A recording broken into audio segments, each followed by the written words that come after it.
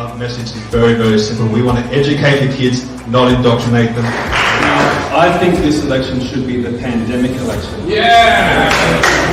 She doesn't want these projects in her backyard, in Warringah. She wants them in yours. What's wrong with Australia today? For me, it's leadership. There's just a lack of leadership. She wants them on your farmland. I just want to ask, what have vaccine mandates achieved? Apart from putting good people out of work. We should be energy independent here in Australia. We've got everything. Have you confirmed that you are negative before attending tonight if you are unvaccinated? You only have one vote, but it's very powerful. Together, we will prevail.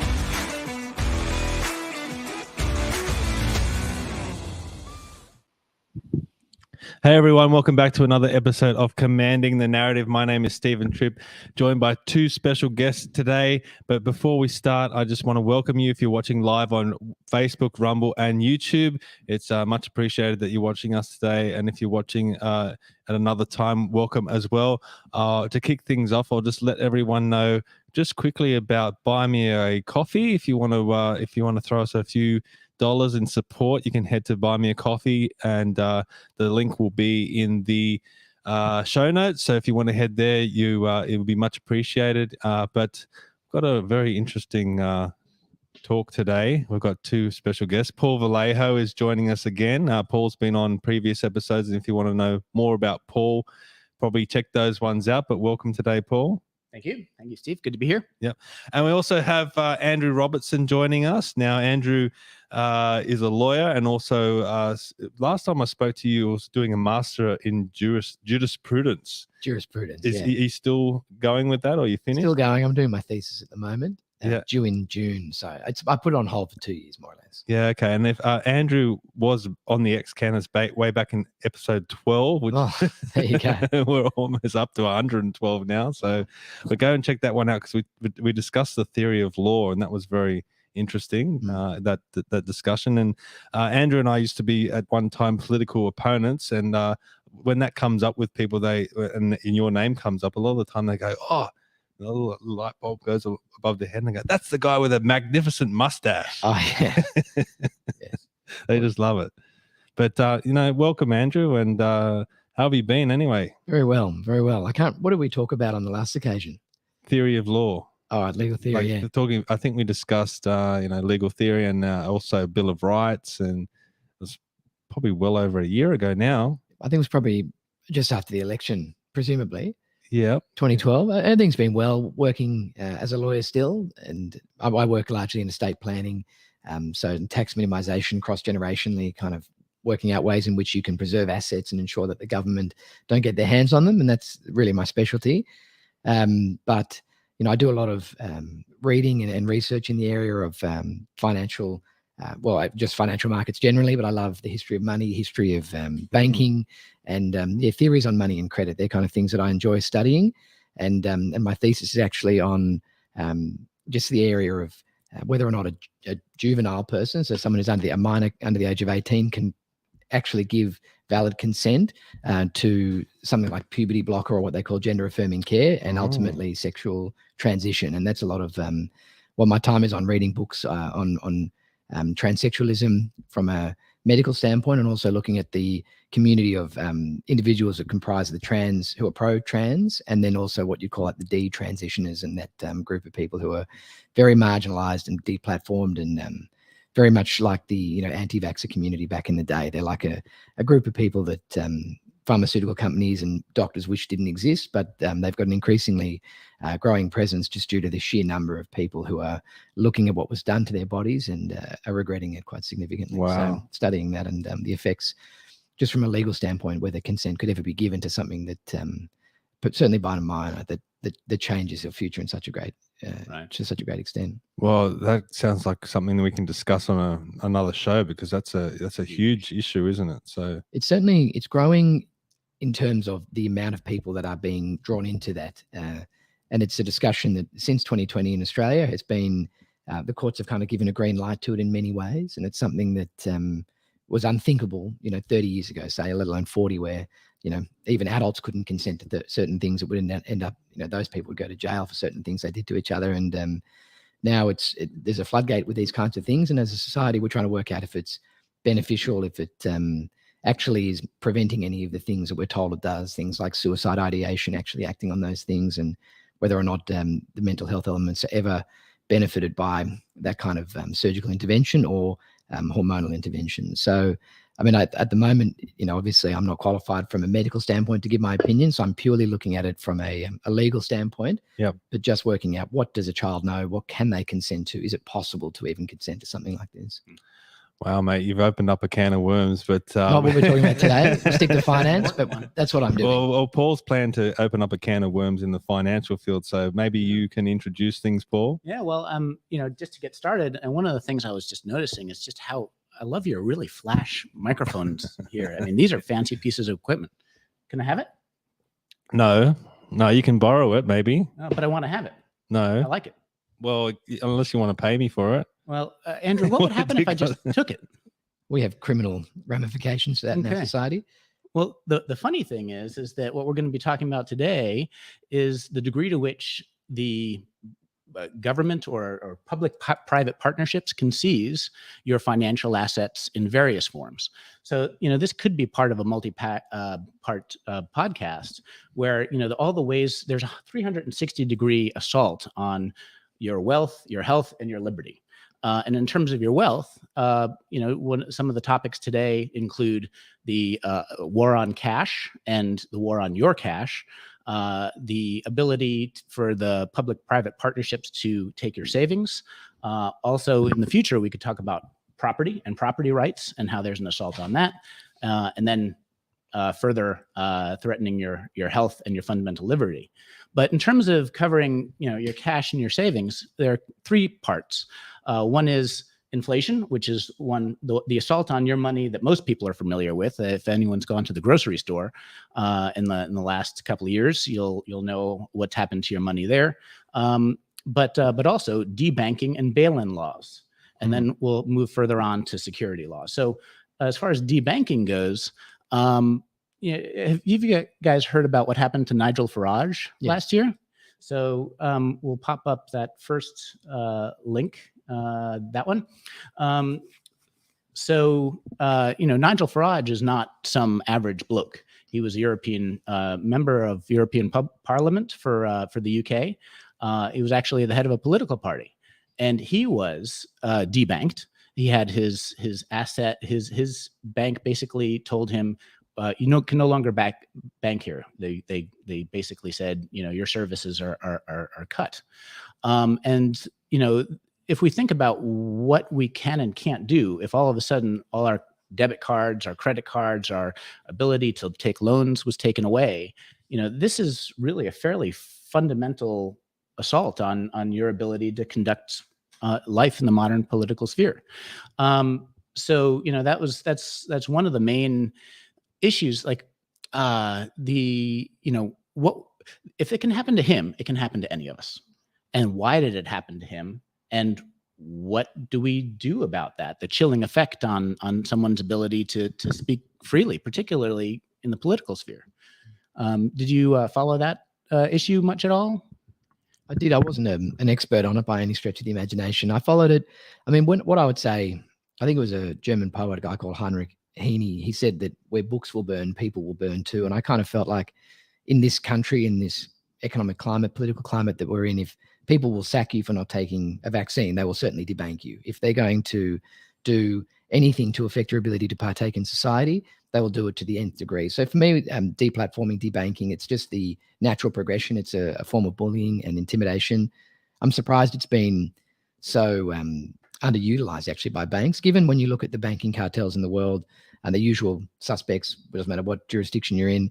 So I'm actually surprised it hasn't been more widespread. And actually, obviously, I think Trump's had some difficulties as well with financial institutions in the United States. And I think that it's something that we're going to see more and more of if there's not a very significant populist win, say in America or in a number of jurisdictions in Europe. But I wasn't surprised by it, but he was an odd candidate to pick as their kind of test case. And I think I feel for Nigel Farage and just the impediment on his family's ability to function. And I just feel like it's a reminder to everyone who understands omnipotent government or really, really excessive forces or demonstrations of force by any power,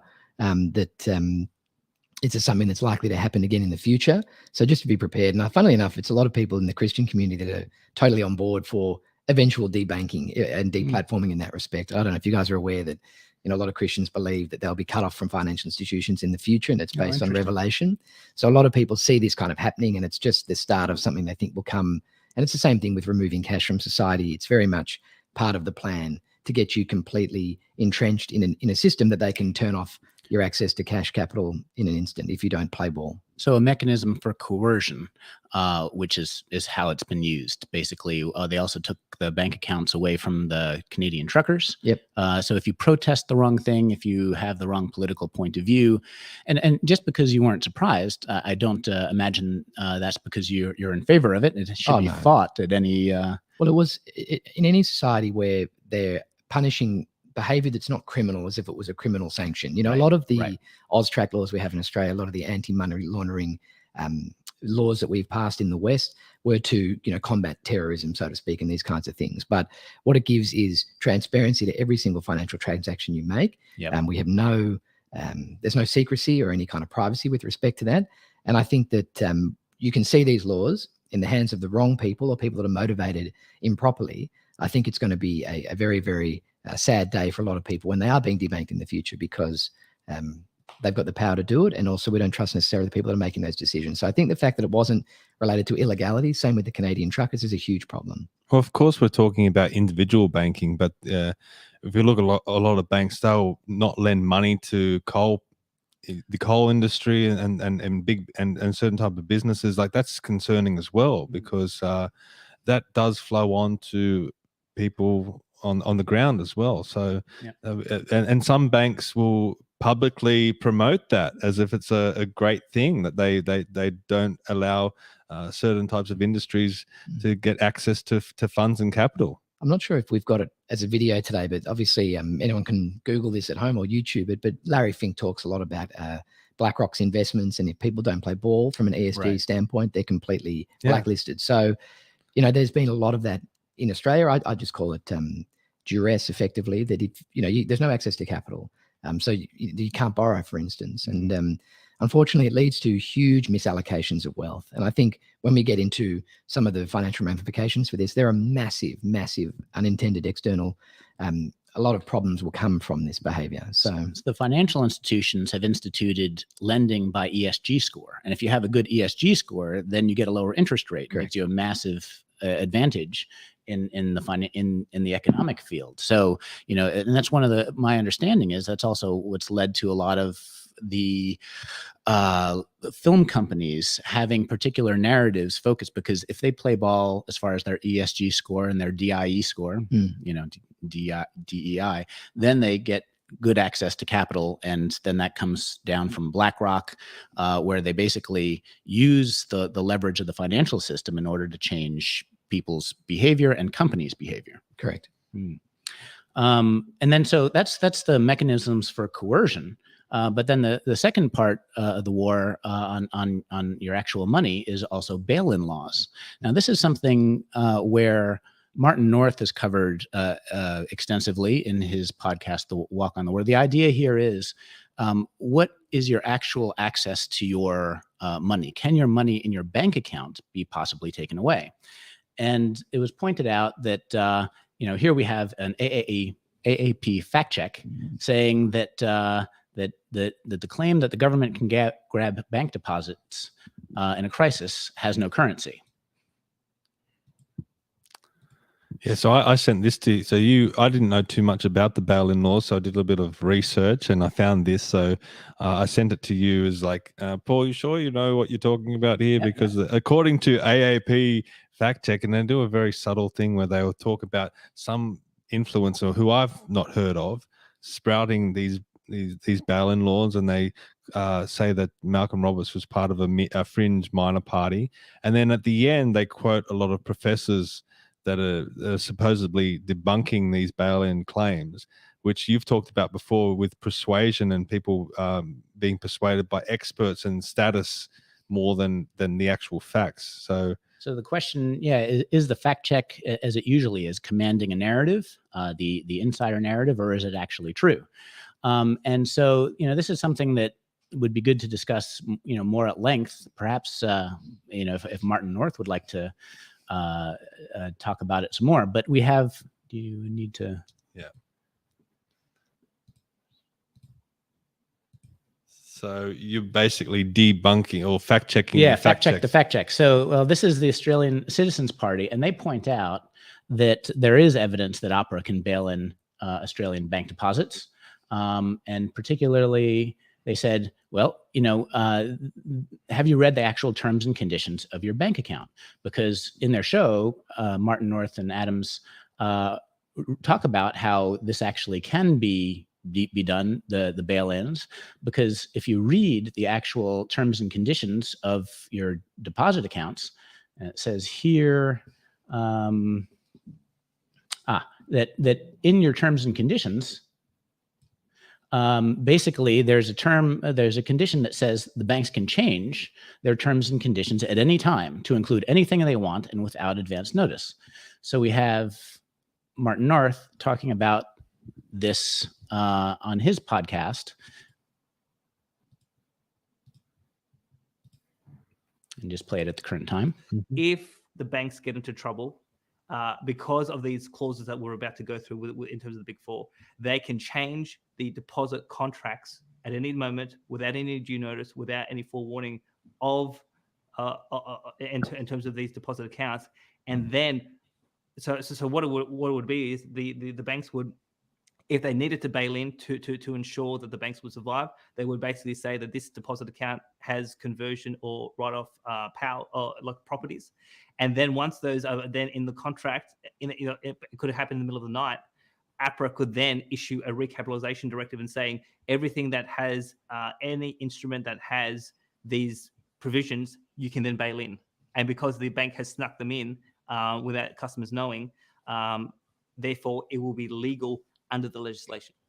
And there's no set time limit or time elapse between announcement and making it happen, is there? No.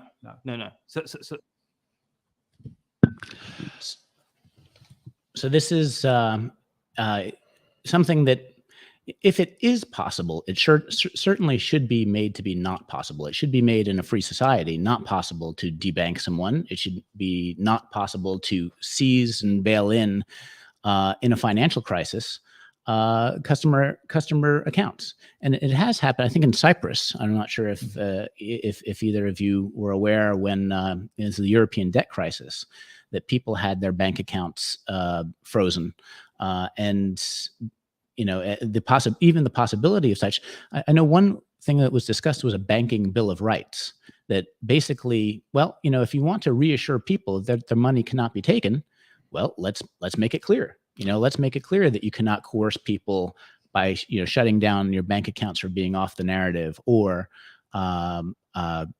bailing in depositors. That's one of those things that should be a really easy call. So let's make it explicit. I think just to clarify on it, I don't know what is conspiratorial at all about it. I think my understanding of the bail-in laws, it's just a name we've ascribed to pretty much any deposit-taking institution's ability to, if they went bankrupt, for instance, that they treat it on their balance sheet effectively as a credit, as opposed to it being, realistically, it is actually a debt that they owe you when they take your deposit. But my understanding is that as a government, we insure every deposit holder up to $250,000 per account. So anything in excess of that would be utilized by the financial institution. I think it's not a conspiracy theory. As far as I'm concerned, that is the law in Australia. And I think it's just, there's a disconnect between what people know about the law and what would happen to their funds in excess of $250,000. So that's really, it's not a conspiracy as far as I'm concerned. It's definitely, our legislation allows for that, for financial deposit-taking institutions to keep the excess of $250,000 per account. And effectively, they could take it all. It's just that you'll get $250,000 back by being insured. And then the question is, should it be? No. Should the financial institution be allowed to take your money in case they get into systemic trouble? So what I think is important to look at is the history of banking just really quickly. Originally, it was just a set of strong hands to hold your money that would ensure that no one could take it at will. And what was found, I mean, that's just, having a vault or something to that extent, or a castle in the old days. And what they found was that the people that were custodians of your gold or silver back in those days, as a service, rather than you paying them necessarily, because they could lend it out for interest, it became a business. And there was always this element of prudential management that you would never lend out more than you had. And that was, so you couldn't have a bank run back in the old days. It was one for one, effectively one in, one out. That was what a certificate really was for gold, for silver. What happened though was with the advent of many, many modern banking practices, but most importantly, fractional reserve banking, you've had the relending, rehypothecating of cash to an extent that there are more claims for it than there are people actually entitled to it. So I just think our banking system is such that we're the fools for, and I guess then our tax system is really predicated on us now all receiving in the form of effectively an electronic fund transfer to a financial institution. From a tax standpoint, it means that there's no tax avoidance, etc. I can see why the government love it, but ultimately it's putting you in the hands of people who are untrustworthy, to the point that the government says and actually acknowledges that these guys are likely to go bankrupt at some point in time, and we'd only insure the first $250,000 in your account. So clearly it's the kind of heads I win and tails you lose style approach. There's no way as a depositor you can win in this situation. Yeah. So the government spends enough money to make sure that inflation takes a chunk out of your assets every year. And then you try to make some interest at the bank. And then if the bank has a financial problem, a systemic financial, there are provisions by which your money can be rehypothecated or taken. Yeah. And one of the things that I just learned over the last few months was this is actually also possible with brokerage accounts, at least in the States. If you've seen a piece of the video, The Great Taking, basically the idea is that they've slowly changed the laws. And this is one of those things, is that, no one has time to read the fine details of financial securities law. And they've slowly evolved the law in order to make sure that their risks are covered with your money. Correct. And so I really want to make a point of this, because we probably should dumb it down a little bit, at least for people like myself. So these bail-in laws, the way that I understand it, there was a piece of legislation that was introduced in 2018. It was the Financial Sector Legislation Amendment, if I think I'm reading that right. And what it was saying, as you guys have brought up a little bit, is if a bank is in trouble and it's about to fail, the government or the government department can come in and take over that bank, and then to shore up its debts, take the deposits of the people that have deposited into that bank, and trade that for shares of that bank, and then use the funds to cover the debts. Of course, if a bank is going out of business, those shares mean nothing. So people will make the counterclaim, well, the government insures your deposits up to 250,000, which Andrew was speaking of. But if you have savings in excess of that, which, look, I worked at the Commonwealth Bank at one time, and a lot of people barely have more than $250 in their account, which is really fascinating to see that a lot of people and that, look, I don't know if that's just people are holding their funds in other account or other banks, but I didn't see too many people with a lot of money in their accounts. But there are people that do have term deposits and all different, or business accounts, small business accounts. Yeah, sure. Or even offset accounts, because this is actually something that comes up during the Great Depression. There were people that might have had bank balances of a few $100,000 and a mortgage of $100,000. And when the bank failed, their deposits got zeroed out, but their mortgage did not. Yeah. So even though they had net bank balance of plus hundreds of thousands of dollars, they became bankrupt. Yep. So I guess to give this fact check a little bit of credibility, or a chance, everything at least should be challenged. What it's saying is that even though this law is in place, if it was to actually be used and challenged in the courts, and maybe this is a question for Andrew, that it wouldn't hold up in the courts. The more widely introduced legislation then. I think it would hold up in the courts. And that's, I mean, it's law. It is good law insofar as no one's challenged its legality. It's a valid law. And it just means that, I mean, usually what they would say is, it doesn't apply. A lot of people think the big four in Australia or their subsidiary banks like Me Bank for NAB or whatever you want to look at or whatever bank you're thinking of, but it also extends to credit institutions. A lot of these, if you're a teacher, you might have been with the Teachers Mutual Bank or something like that.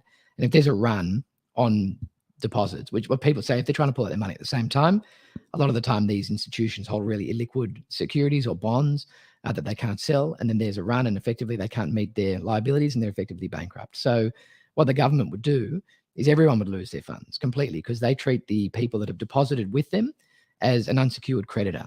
So that's, you could have security as a creditor, like a mortgagee is a bank, for instance, that lends you money, and they're on title as a secured creditor. They would be, the first mortgagee would be, say, the National Australia Bank, for instance.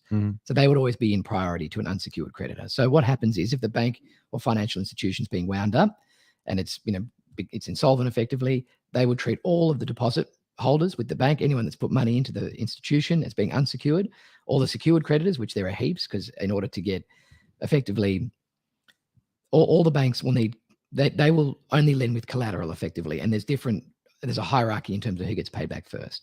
So where the depositors are the ones that would end up holding the bag, and that they would lose all their funds, and the government would come back and say, well, you had say a term deposit with them and had $300,000 in it.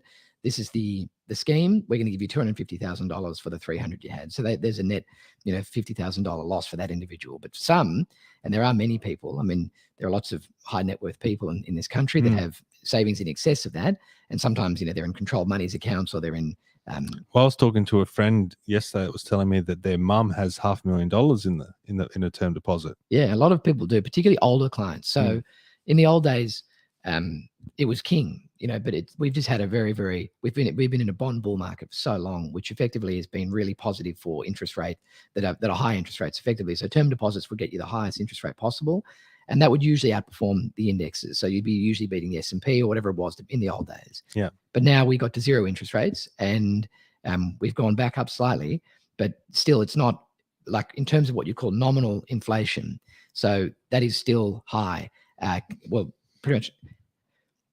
Inflation is higher than interest rates effectively. And there's a lot of gerrymandering that goes along with our CPI and all this kind of stuff. But I'd say if you're saving in a term deposit, you're probably taking a bath of say 3 to 4% annually. That used to be something that we would pull our hair out at the bank, because you get these older people come in and they would religiously renew their term deposits. And there's probably better, well, at least at that time, there were better products that they could have used. Like in that day, the flagship for the Commonwealth Bank was the NetBank Saver. Yeah.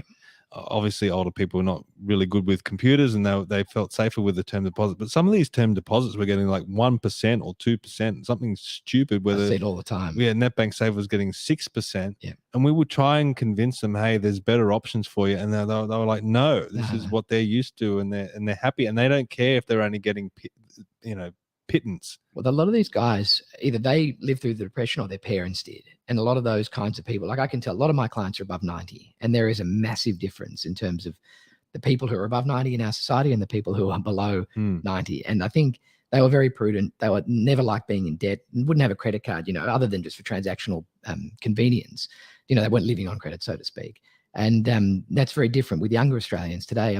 People are used to having a 90% mortgage on a property, whereas I act for a lot of people in this area. They were buying houses outright in Seaforth, Balgowlah for like $60,000 back in the 60s, 70s, probably paying only 8 times more than their annual salary. Yeah. So I think what we should do, if we can move into the debasement of currency, or where you want to go next, because we can look at a lot of this in terms of the institutionalization of theft in the form of inflation and inflation targets. Well, I don't know if you want to do this now or at the end. I think that for at the end, because we'll take the surprising conclusions first and then kind of wrap back onto that. Well, one before, sorry, Paul, I know to cut you off, but I'm sure there's a lot of people watching right now thinking, well, I've got excess of $250,000 in the bank, and they're freaking out going, well, what would I do? So there's some solutions that we probably should talk about as well. Do you want to do that now, or do you want to do that at the end? Sure.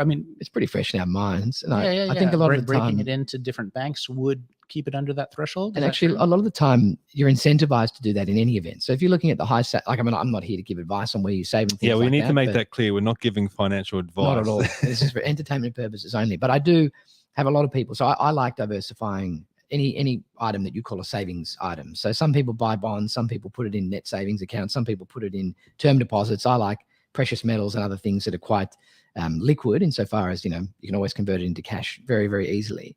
But a lot of my clients, if they've got a big cash balance, what they do is they separate it between financial institutions. And funnily enough, at the moment, nearly all the high interest banks, whether it's Rabobank, ING, Macquarie, ANZ Plus, all of them offer almost 6%, but all of them have as a feature of the account that it's got to be under $250,000 typically. Interesting. Oh. So there's the three aspects of the assault on your money, which is inflation, bail-in laws, and what was the other one? We covered it. So we had bail-in laws, inflation, and debanking. The debanking, right? And now we're going to move into, if it's all right, Stephen, I'll leave it to you. The threats on your securities accounts. Yes. Yep. And this is from the video, The Great Taking, which discusses, go ahead. There will be an automatic call for more collateral that will be transferred into the derivatives complex in these central clearing counterparties. But the central clearing counterparties are themselves likely exposed to the collapse, because I say to people that you may think that you've hedged your exposure to a decline here, but you've done it through the derivatives complex.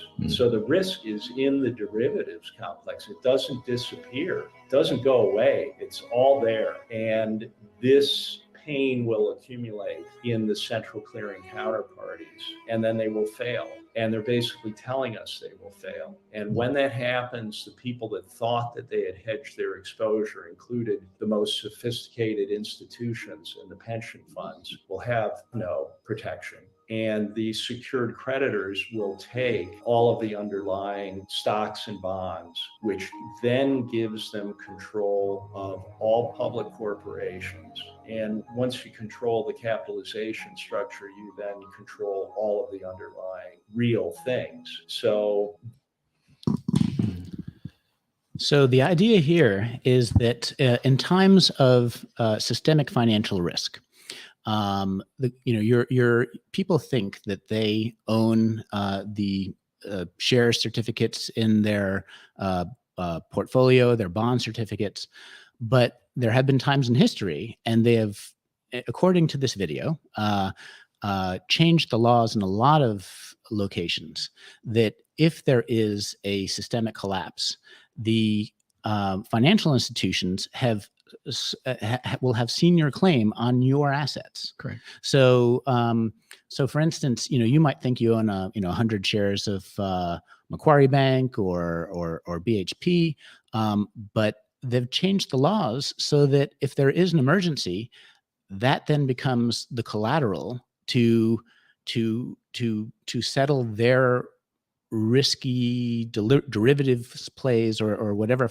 systemic financial risk there is, and what you think is actually yours, and you're actually not the owner. You're what's called a security beneficial entitlement. Michael, yeah. Usually they'll make it sound like a beneficial owner, and it's just where you have a separation from a legal ownership. So a good example is that when they say you don't own the underlying asset. So it's most of the time when you own an asset, you own the legal title and the beneficial interest. Very rarely are they separated. And the only time that it used to be historically acknowledged that we did that and it was recognized by courts was in the form of a trust. So a trust, by definition, is where the legal owner, who is the trustee, owns something on behalf of the beneficiary. And there is a distinction. Sometimes it's the same person in real life, but most of the time a trustee is different from the beneficiary, if that makes sense. And what I think is David Rogers Webb is talking about, I think the thing I like most about what he says, and it's true insofar as everything he says is factually true as far as I can tell and ascertain, it's that people don't understand that they are at risk if you own anything through a brokerage or anything through any third party platform that gives you access or exposure to equities. You don't actually own legal or hold legal title to them. And it's something that's happened over time. But in the old days, when you bought a share of a company, for instance, they'd give you a personalized, individualized share certificate that you own share 1,465, for instance, and then you would sell that share. Now they're completely sold as parcels effectively, And it was always everything as our community and economy financialized to a greater extent, there were needs to cut corners with respect to identification. So now they're entirely fungible. So there's no way that you can tell that that's your Apple share, for instance. And what they're saying is that if the broker, say, had used these shares as collateral for something completely unbeknownst to you, and they go under, or the clearinghouse itself goes under, which is kind of one step further removed, the asset that the person at the end thought they owned, like when you're a depositor in a bank, you don't know what your bank's up to. You don't know what deals they're doing. I mean, what happened with Credit Suisse recently was that they had been funding a number of projects around the world that had all gone bust at the same time, kind of like a perfect storm. They used to be one of the greatest and most powerful investment banks in the world. Now they're gone. But it was a few kind of bad things that happened, and all of those shareholders in the company, they lost everything. Same thing with your bank. I mean, NAB might be underwriting something horrific right now in the Chinese property market. You have no idea. That's completely, I don't know what they're doing. I'm just saying as a hypothetical. But you as the depositor might lose everything and you've got no idea. The money that you think is yours is not in fact your money. And I think that's what David Webb points out so well, is that you might think you're fine. I actually like the way he also talks about it, that you might think you're even hedging, that if the stock market goes down and you've got a lot of options to buy cheap, or that you're shorting the market, for instance, what he's saying is the actual platform, the broker, every account that you're relying on in order to capitalize on that movement is going to be caught up in this great taking. And I just wanted to say really quick, it just comes to mind, and I hadn't planned on talking about this, but in Genesis chapter 47 of the Bible, there's this time where Joseph effectively tells Pharaoh that there's going to be 7 years of famine, or 7 years of plenty and then 7 years of famine. And what they do in the years of plenty is they save up. And eventually everyone comes to Pharaoh when they're hungry and they've got to sell, and they sell everything. And eventually they say, we'll become your slaves, after he's also already taken all the land in Egypt. And what I would say the book, The Great Taking, talks about is the exact same story. It is just with high-tech financial instruments. How does one individual or a group of people, being largely the same, we'll talk about this cabal later, I presume, but how do they get access to every real asset in the world? And what he talks about as a formulation is in The Great Taking. But it's actually something in history we've seen before. We will see it again. But it is effectively we are allegedly a capitalist economy. And what that means typically is we're an economy that is free from central controlling. But the one thing that every capitalistic country in the world insists upon is the controlling of interest rates. And once you realize the controlling of money issuance and interest rates is the most important commodity in the world, money, insofar as it is what makes everything else in the community run. Once you realize that banks have a monopolistic power to withhold liquidity, which can absolutely destroy the entire world economy, and then re-inject when they're the only ones that can borrow, reutilize it, they can absolutely take every single real asset in the world. So here, what David Webb is showing you is the legal framework for which it will happen. And it's a matter of time. And that's why I'm a big proponent of real assets. But funnily enough, we're in Australia, obviously if anyone's listening around the world, and we have a legal system in some territories where the government owns all the land and you're on a 99-year lease. And the other thing is that we're moving very much away from demonstrations of physical ownership in the form of certificates of title and these kinds of things in the future. I wouldn't be surprised if the way that we move as a country is that we try and we've done it a bit. There are kind of these there are these firms now that you can own land in almost like through cryptocurrency effectively. And you can own little bricklets or, little tiny blockchain kind of identification in land. And I suspect that's how they'll achieve it in this country. So first it was to separate one from a physical certificate of title. There's no kind of deed now that actually states your ownership. In the future, I think they'll put us onto platforms where you can buy and sell property, completely circumvent what we have like as contemporary conveyancing standards in terms of proof of ownership and exchange, and effectively you'll be on a blockchain. And I think what will happen is that blockchain will go belly up one day, and the government will, at that time, subsume all land in this country. But the government is looking after the little guy, and they wouldn't do anything like this to us, right? I mean, that's right. They're looking after us. Well, when you look at the worldwide push to omnipotent government, and it's being driven by central banks, and we'll talk about it, I'm sure, today, but it's one of those things that people need to be aware of it. And I'm not saying you can't opt out of it. There's no way to own land in any other form in Australia. You're playing in their system, you're playing by their rules. But one thing I would say, if you can learn through history, is if there is a massive deflationary collapse or there is an inflationary bust, there are assets that you can hold that will put you in very, very good stead in both circumstances. But there's also an opportunity, if we get more people aware of this, to change the laws and just say, hey, all these things you put into place to make mine yours, let's just make it clear that, that's not okay. And, so if this can be rolled back before in a financial emergency, they start implementing some of these things they've put in place. That would be handy if we could do like a banking bill of rights or a don't take my stuff law. It used to be, proprietary rights were the primary. That was kind of when people talk about the Magna Carta, it was really the importance of that document effectively was the recognition by lords of the rights of individuals to own certain things by themselves. That it wasn't derivative ownership through a lord or something like that. It was actually a proprietary interest that the individual held. And it covered things like fishing rights and all kinds of different things. People appealed to it like it was some, like the US Constitution or something like that. It was insignificant by comparison, but it was a recognition that a serf, for instance, could own certain things and have rights with respect to property.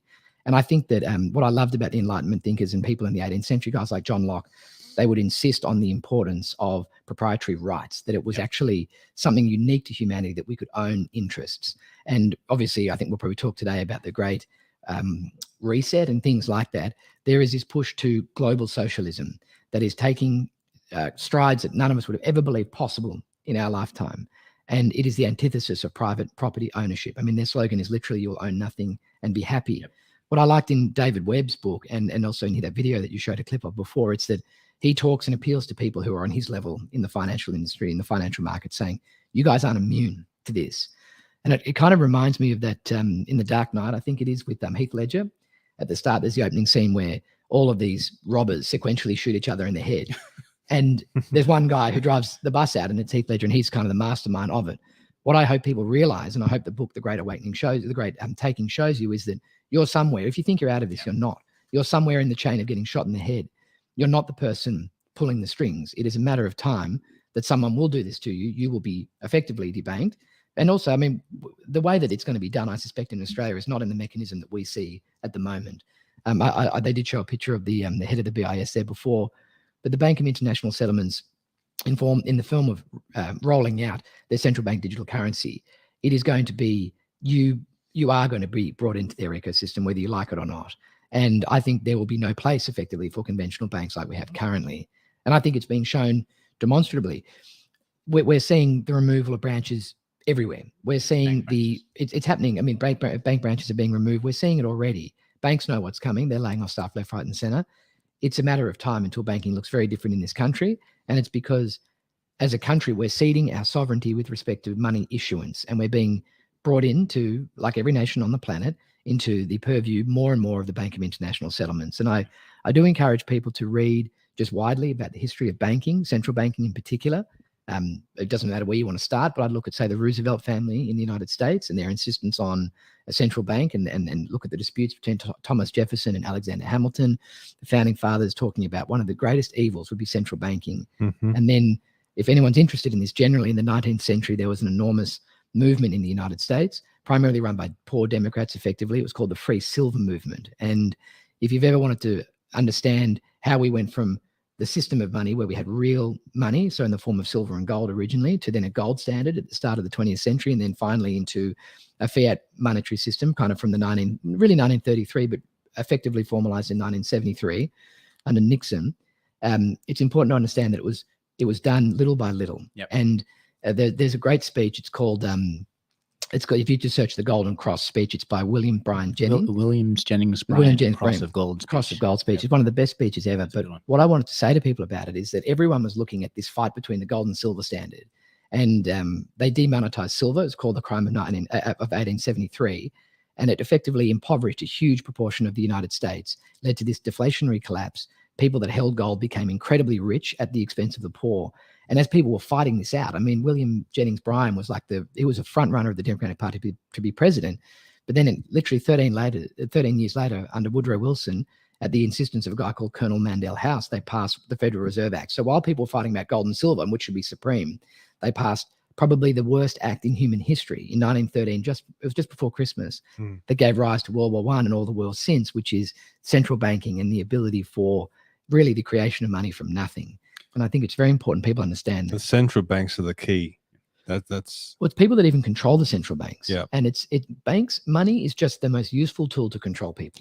The next section of The Great Taking, which is queued up, if we could play that, because it does cover some of this issue, and then we'll move on to an anecdotal story. This is something like what happened in the 1930s when there was distress globally everywhere due to debt levels, and you would think that there were no winners, but there were, because the banks that were controlled by the Federal Reserve, for example, in the US, were slated to survive. 9,000 banks in the United States were forced into failure. The people who had money in those banks lost all their cash, but their debts were not canceled. Their debts were then consolidated into the Federal Reserve System and enforced. So people that were in debt were in trouble. Even wealthy people lost everything. The difference this time around is they're not going after just property that is encumbered by debt. They've engineered this so they can take things, all securities as collateral, from people and entities that have no borrowings against them. They own them clear and outright. Now, let me give you an example as an analogy to explain the horror of this. So you have bought a car and you paid cash for it. You think you're being very conservative. You have no debt against the car.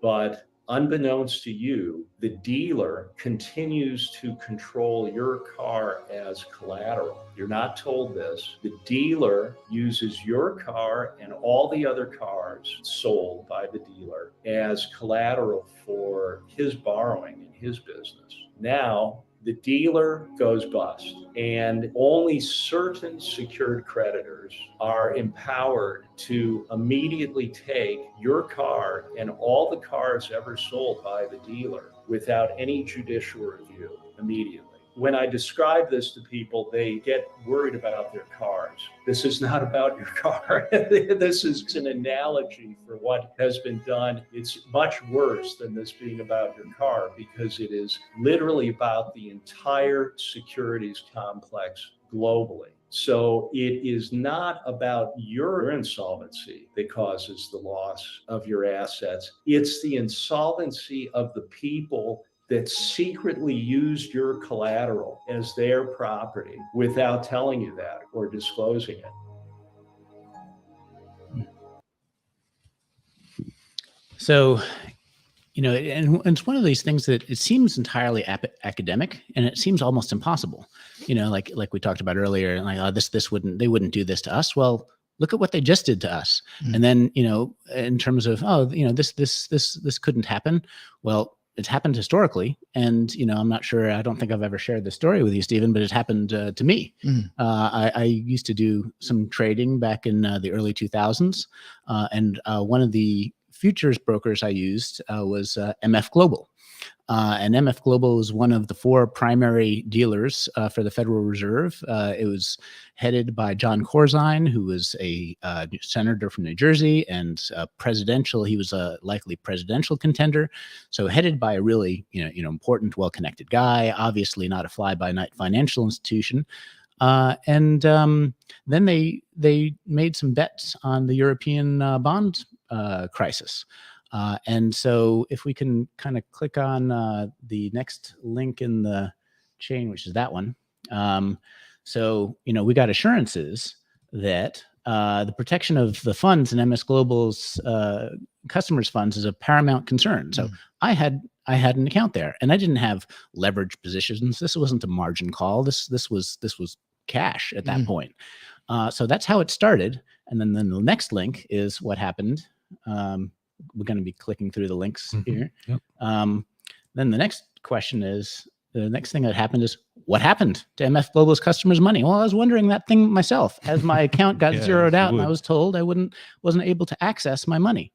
And, so it's not just a hypothetical thing. My money, my cash in my account got rehypothecated. That's what they called it, AKA stolen, in order to cover their margin call. And I have video of what happened when I went up to get my money.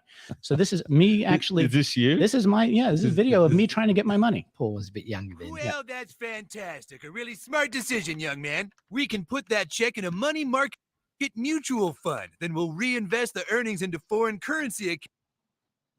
Counts with compounding interest and it's gone.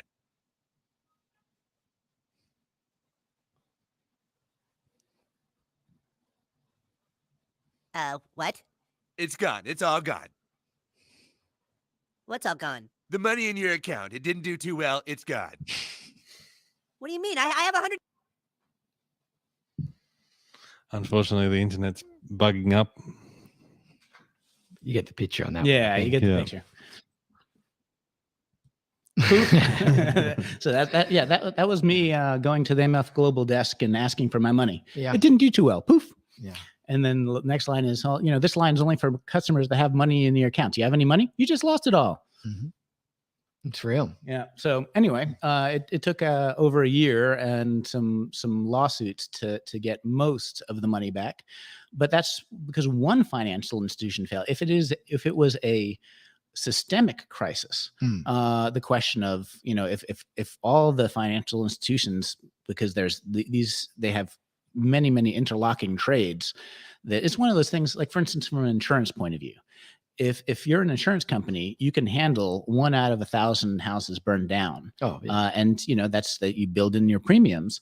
But if the whole neighborhood burns down, you can't absorb that risk.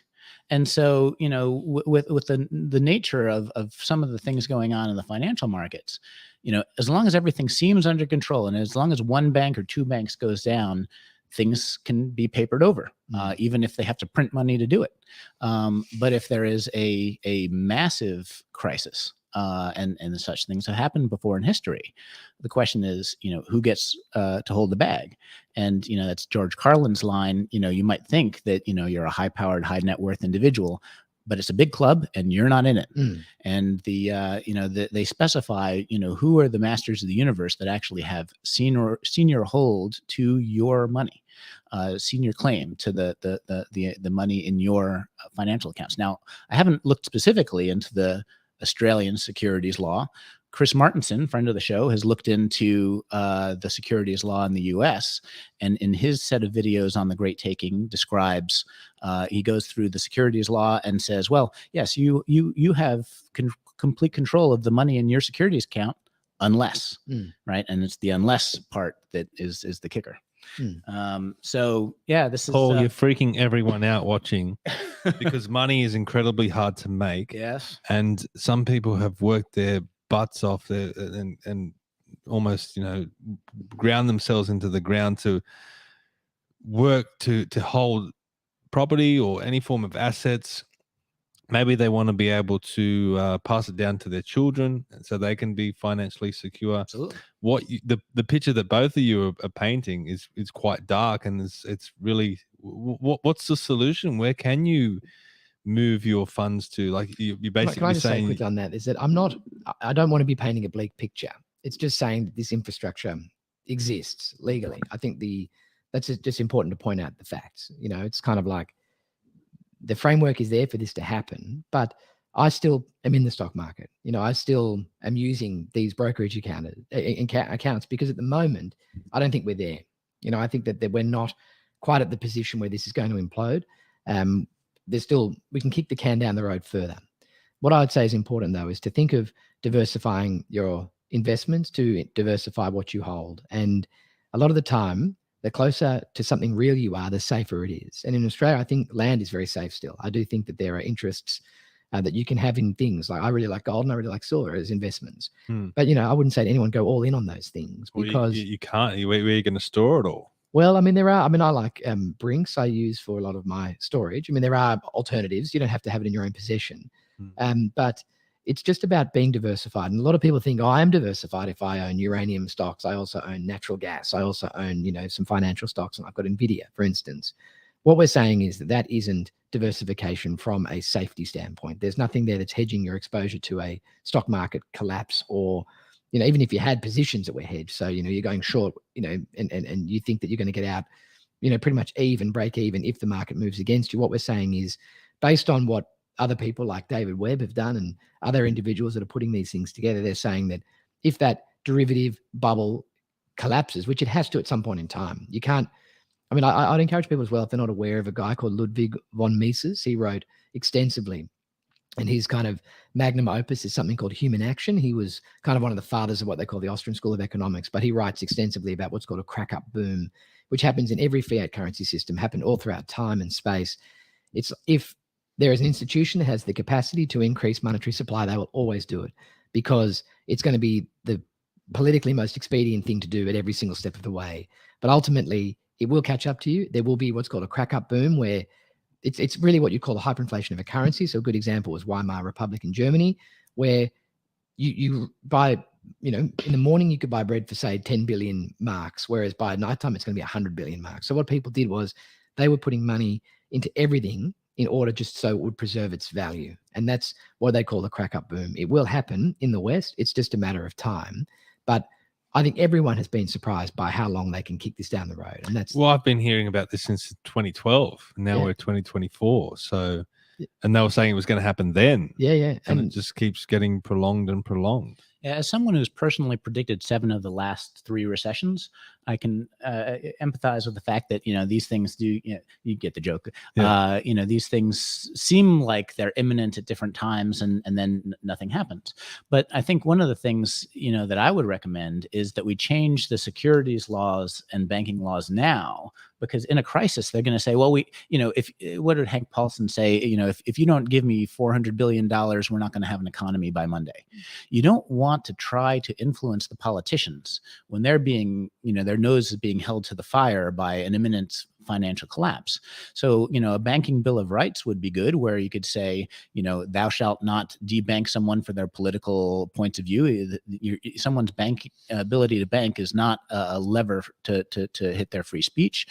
Thou shalt not take, the money out of out of bank accounts, even if you really need it, just like this microphone. One thing I would really like it, but and then the other thing is you don't get to take, that if you own shares, unleveraged shares and bonds in your brokerage account, that is that you are the senior creditor. There is no one else who can come in and say, I really need it right now because I got to cover this margin call, that made in Europe. No, it's yours. What I would say, I'd like that in theory. The only problem is, we've seen, all of us personally, the difficulties coming against a powerful lobby. So something like the pharmaceutical industry, even when everything's on your side, in terms of all the facts, everyone's personal experience, it was still extremely difficult to get through to people. Imagine something bigger than that. Banking, it is the untouchable because they fund both sides of the aisle. Definitely. They fund the media. I would say there is no chance that you would ever be successful in Australia running on an anti-banking platform. If you think freedom ideals were hard to get out into the open, you imagine when you're taking, because what I see banking at, and when you get to zero interest rates, and people still they were talking about negative interest rates just recently in 2019, 2020, and 2021, people calling for it again. And this new modern monetary theory, effectively, we're looking at, this is like a heroin junkie that is just building tolerance at the moment. And any thought of cutting it off would just send this person absolutely into a frenzy. And we have the most indebted governments in human history. Like the American government is the most indebted institution on the planet. Nothing in history would ever surpass it. To cut off their supply of money that allows them to fund everything that they're doing, it's unthinkable. So I think you just need for people to be aware of it, really. And what we saw, I think, how hard it is to wake people up about things that were threatening their own lives, let alone when things are good, they're looking around economically, everything's okay. It's going to be a very, very, very hard, tall order, in my opinion. Yeah, I have no doubt. We're coming across the most highly funded, well-connected, the people who have economies and politicians by the. Oh, this is it. Yeah. So I'm not naive to think that this is something that we just push through Parliament and everything will be fine. But but if people are aware of it and just say, well, it's quite simply, I just don't want. I want to make sure that there's a law that I cannot be debanked or rehypothecated, and see who squawks. It's one of those things where I'm not saying necessarily anything will be done, but one of the things that might come of it is see what comes out of the closet to stop it. Well, there was a banking royal commission in the last few years, and it did put some pressure on the banks, but I don't know how effective it was. But you can't. Also, yeah, go. I was going to say, funnily enough, a lot of the royal commissions look into banking practices, and what typically is the outcome of that is it's more difficult to borrow for individuals in the future. So, a lot of the time, like we are on a knife's edge in the property market at the moment because people can't service the loans effectively. And what it means, I think, in a really tight market like ours is that if there is a collapse in the price of houses, because really housing prices are set on the edge. It's a strange market insofar as usually you're just going off one or two comparative sales, and all of a sudden, let's just use Manly, for instance. If you have the last 3 properties like yours in Manly that have gone for $400,000 less than you paid for it, that's kind of the market all of a sudden. And I think the banking reforms have really put Australia in a precarious position because of the weakness I can see in our residential housing market, insofar as it's almost impossible now to finance to keep your house. And if people have to force sell, which they're going to, there's going to be just like a drop like we've never seen before. So it's funny, when they do banking royal commissions, etc., it usually looks at the human, like us, the consumer interface with banks. What could they have done better? And they never look at what's under the hood, which is, oh my goodness, this thing is, it would be like the most cancer-ridden individual on the planet. And you're wondering about, what lipstick they should wear. It's that kind of problem. They're talking about how you can take care of customers in a better way in the future. And what they do is they invariably make it harder to borrow, but they don't look at all at the actual kind of health of the banking system. And it's systemically corrupt. I mean, the fact that you can lend out 90% of a deposit, it is built, it's literally baked into the cake that you are always susceptible to a bank run, always, because you don't have enough money to pay. And so it's just a huge problem. It's a massive, massive vulnerability. And when I, as we all would have seen, kind of Russia being debanked, I mean, as a nation getting cut out of the SWIFT system, and all of their foreign currency reserves were effectively confiscated. And I'm not saying whether that was good or bad. I mean, obviously, I think there'll be, again, negative consequences for the world as a result of that. But I think, I won't go into that. Well, I mean, I think that it's a shocking thing if you want your currency to be the world's reserve currency, and then when someone does something that politically in international affairs you don't like, that you would actually seize not just that government's assets, but the assets of private individuals who happen to be, citizens of that government. You basically announced to the world that you are not a safe place to hold capital, and so, the Saudis, even if they're political, adversaries, if you want to be the world's reserve currency, you cannot afford to make someone's private assets yours for political reasons. And so, they might argue, well, this is a way to put pressure on the Russian government or the Russian people. But they, in my view, have destroyed the US dollar as the world's reserve currency. And that's going to have some serious blowback. No one was cut off the SWIFT system ever. No. It was meant to be, this is a transactional thing. It's completely apolitical, regardless of whether you're, Iran, Iraq, any disfavored nation, didn't matter. This was just a way to transact. And, what they've now done is forced Russia and other countries into a parallel system to say, well, we can't trust, the collective West's financial system. So we have to create our own because we don't want to be debanked. It's essentially the same thing like with Nigel Farage. If there's a chance you're going to get debanked, well, you got to set up your own banking system. And that's what they're doing. What's next, Paul? Yeah, well, the other thing that as far as property goes, Andrew mentioned the importance of property, and if you're interested, I think we should do a podcast on that in the future, because there is an assault on fundamental property rights, and people who think that they own their land, own their homes. There's an assault coming in that direction as well for the full freak out. But again, the time to talk about it is now. Because this is the time where pressure can be put, while currently we're not going to, actually I have to check whether I'm being debanked by Monday. I'll let you know how that goes.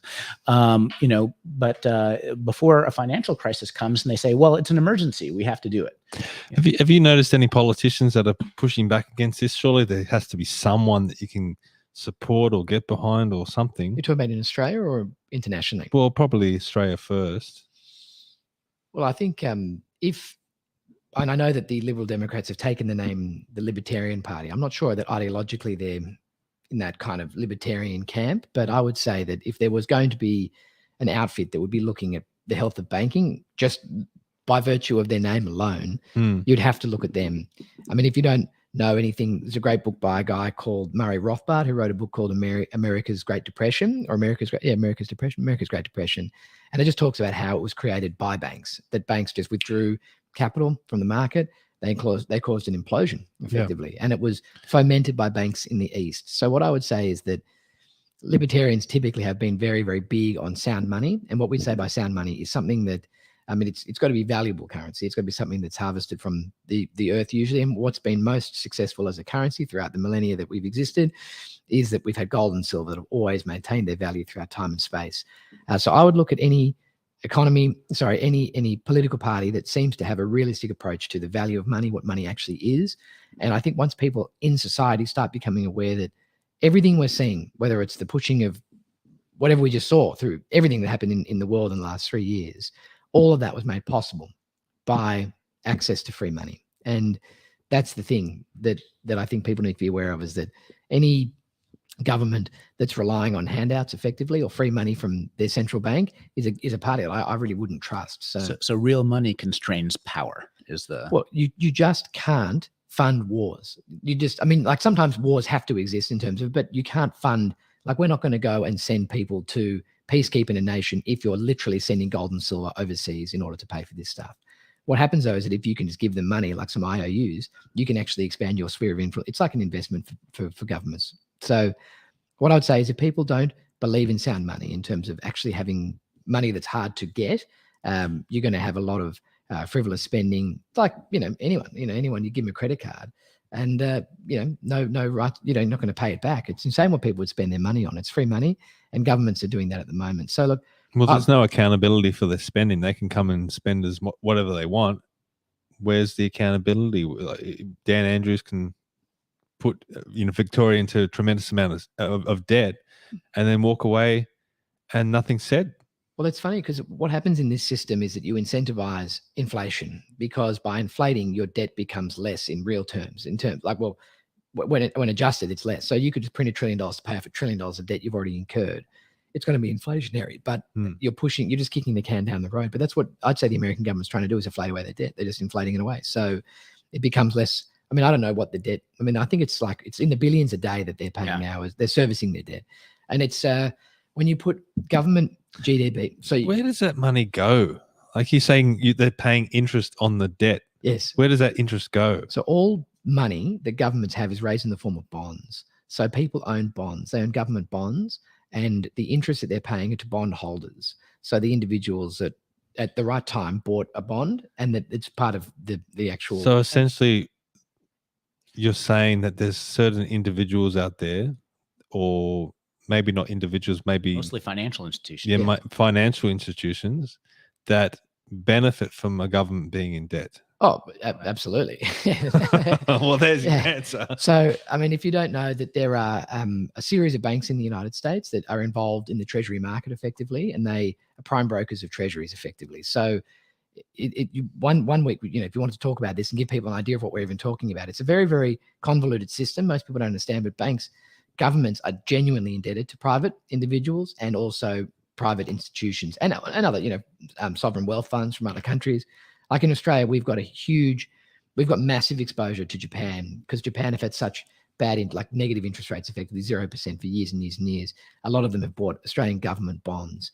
And there's a concern I have in Australia is that if Japanese investors stop buying our debt and they try and start repatriating money in their country because their interest rate is going up, Australia's going to have a huge problem, because if our debt is worth nothing, it's very, very hard to raise money. It's almost impossible. That's why a lot of countries in the world go bankrupt effectively, is because no one wants to buy their debt. You wouldn't touch it with a 10-foot pole.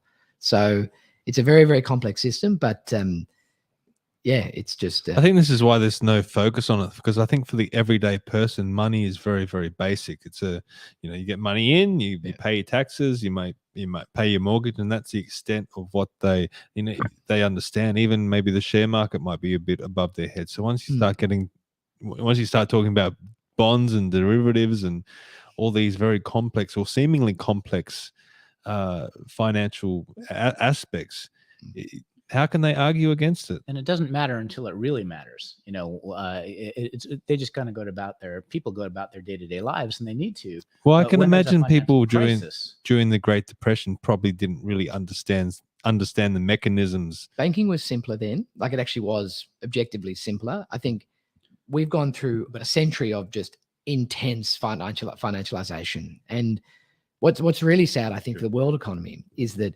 probably the smartest brains, like the people who are really drawn to making money, go to the financial sector rather than industry.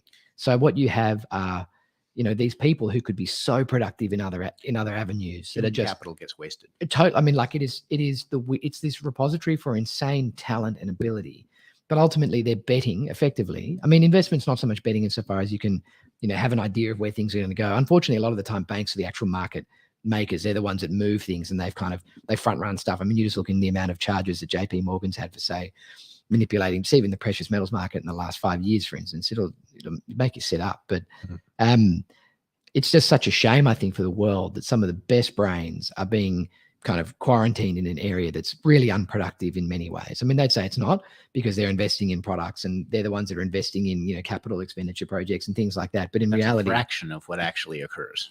It'd be 1/1000th probably. Whereas, most of the guys are involved in, like they would say the bond market is smart money. Like, that's really where the smartest of the smart guys typically go. They would say that's where they go, is to the bond market, because of differentials between international interest rates and the fact that you've got just different, durations of bonds, everything paying a different coupon.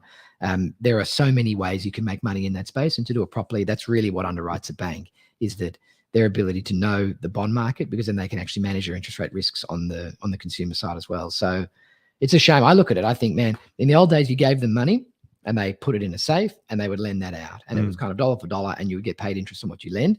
Pretty straightforward. Whereas now it's again, if you want to watch that video, The Great Taking, it's the rehypothecation of what they'd call like these debt instruments that are created. It was so toxic for such a long time. But I think what he mentions in that video is that in 2009, just the global debt rehypothecation was 10 times the global GDP. So, I mean, I think it might even be higher now, but we're talking, that's just the transactions in debt. They are dwarfing all productive industry in the world 10 times over at least. So it just shows you there's a massive misallocation of human capital because they're being drawn to massive salaries and massive, the upside is so significant in the financial industry. Like, you would need to work an honest job. I'm not saying that they're dishonest. I mean, like, with your hands, you'd need to work probably 15 lifetimes what they could make in a day, some of them in a day, some of them in a week. So it's disproportionate. Yeah. So to wrap things up, I guess. Well, you both terrified me, and but it's not to be scared. It's just that this exists, right? Like, and often it's actually. I mean, I like that the Queensland Supreme Court decision that just came down. I mean, the weird thing is that, the Human Rights Act existed when we saw the breaches of human rights over the last 3 years. Sometimes things take a long time, to protect people or to be acknowledged or whatever. We knew it existed the whole time. People just acted contrary to it, like governments and administrators and bureaucrats. That's what I tell people. I say, you can't just pop up and expect that you're going to win a battle straight away. It's a long game, and sometimes it can go for decades. Oh, that's right. Yeah. And it does, and that, it wasn't like it wasn't illegal. It was always illegal. It just took years for people to say, hey, that was wrong. I mean, we've looked at the act now. It's very clear. I don't know how anyone didn't see that. But all we're saying is, on the other side, is that this infrastructure exists, like the Human Rights Act did. It existed. It didn't protect people necessarily. This is here, and it might not hurt people. We just don't know. It's just that the framework does exist, that if there is a crisis, and I can tell you one thing, no government lets a good crisis go to waste. There is always going to be a power grab. And I would say, the best example, would be September 11 in terms of the passing of the Patriot Act and what rights and powers they gave to the US government. Yep. There's no doubt that it's very similar at the moment, is that this stuff is in place, that if there is the right crisis, they will 100% swoop, and they protect themselves, they protect where their investments are held. And it's something to be aware of, but not to be scared about. I mean, also, just to say really quickly, is that you can invest with these funds. Like, you don't need to go head to head with BlackRock. You don't need to go against Vanguard. You don't necessarily need to take the opposite side of a trade that Westpac are on, or JP Morgan. You can actually invest with them, and that might be the best thing to do. You don't have to go and commit financial suicide. If you think they're the ones rigging the market, if you think they're the ones that are going to make money in a crisis, then back them.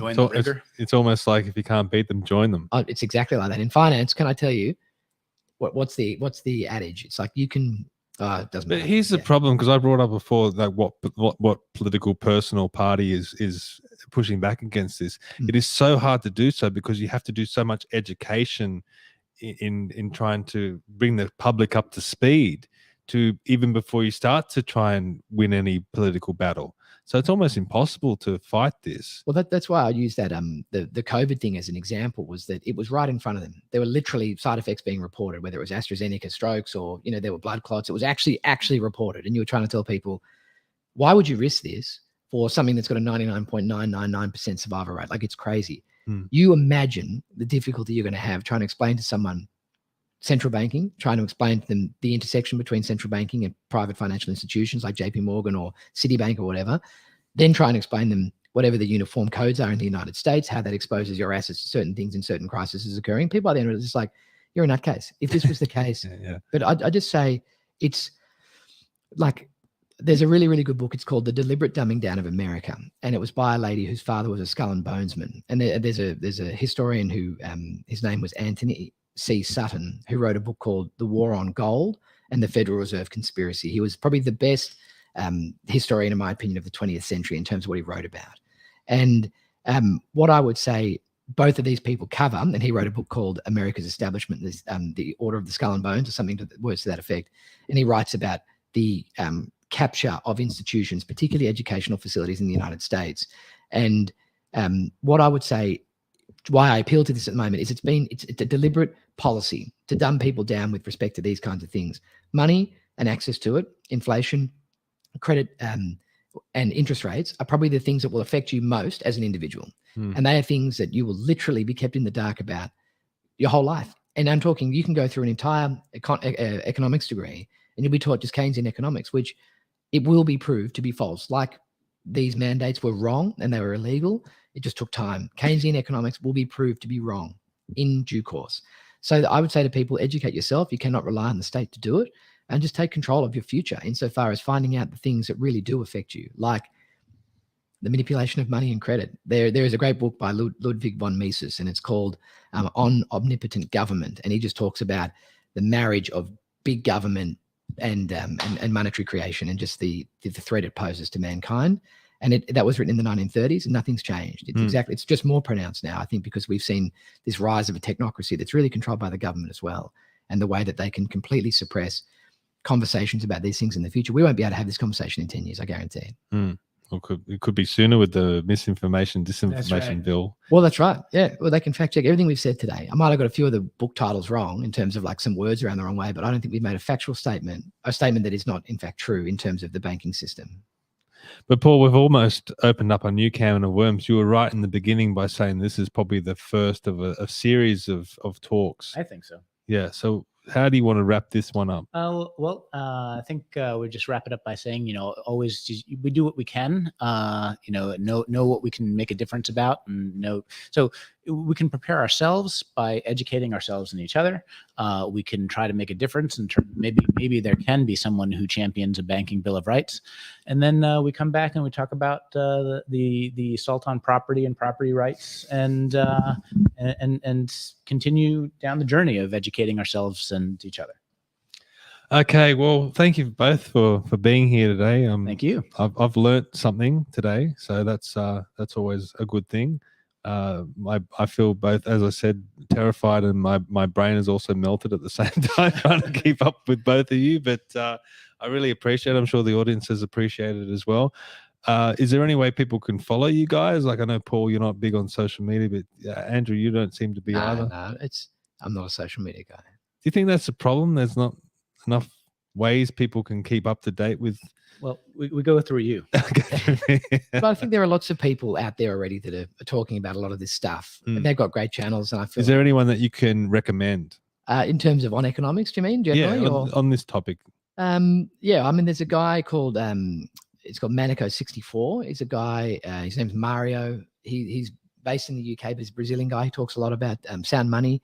He's been really a bit of a crusader for this kind of stuff for many years.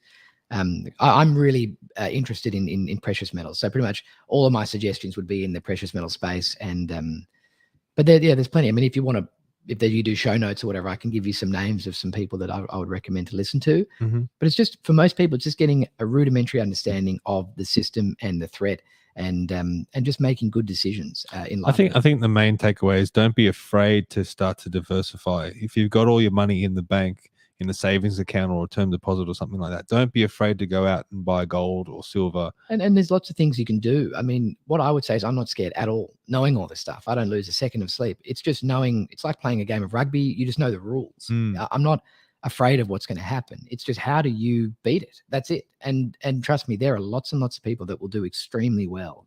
And it's just about positioning. I look at ratios, what assets are worth a lot at the right time, just trying to avoid bubbles, if that makes sense, or bet against them. One thing we haven't talked about is Bitcoin as well. I know a lot of younger people, a lot of guys that I work with are right into crypto at the moment, especially now that the price is so high. But how do you feel about that, just quickly? I like the idea that there's certainly huge promise and hope for cryptocurrencies, definitely. I mean, I've invested in them historically. I'm not what you call a Bitcoin maximalist. My concern is I know what a government will do if there is genuinely an alternate currency. They will not tolerate it. In due course, it will be closed down, in my opinion, and it'll be nationalized in one way, shape, or form. Insofar as I just saw in America, there was like bipartisan support for effectively making TikTok either become an American company effectively. And I just want people to watch that as an example. I mean, they've got no problem. I mean, everyone knows, I think, that whether it's Amazon, Google, Facebook, Instagram, I mean, they're all fronts for their intelligence agencies. Obviously, TikTok does that for China, and they're like, we can't tolerate that. I want people to just be aware that cryptocurrency, it's got some incredible appeal, and it's going to do pretty well in some ways. But I think it'll just be completely just enveloped by government. The other thing, I think it's serving, in my opinion at the moment, I just encourage people to think about this. This is just my opinion. I've never heard anyone else say this. But for me, it's serving as the most useful sink for excess cash that I've ever seen in the world.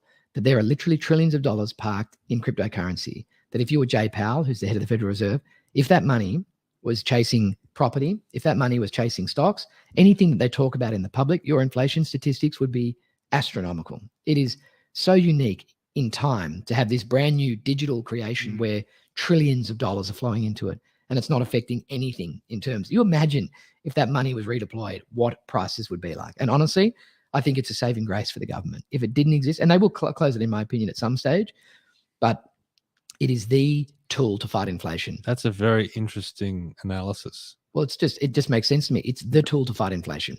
Yeah. Because if you just said, even if you reallocated 10% of that, what that would do to speculative assets in the world, it would blow them out of the water. And I just think people have to be aware that whenever that's happening, it's just an invisible market that it's synced for trillions of dollars. And I think one day that money's going to come out of there into something else that's productive. And I think you're going to see inflation in this next decade that will make people, I think that's the concern. If I had to say it for anyone, I would say that we're about to go into probably a decade of stagflation. That's my opinion, where you have very low economic real growth and you've got high persistent inflation.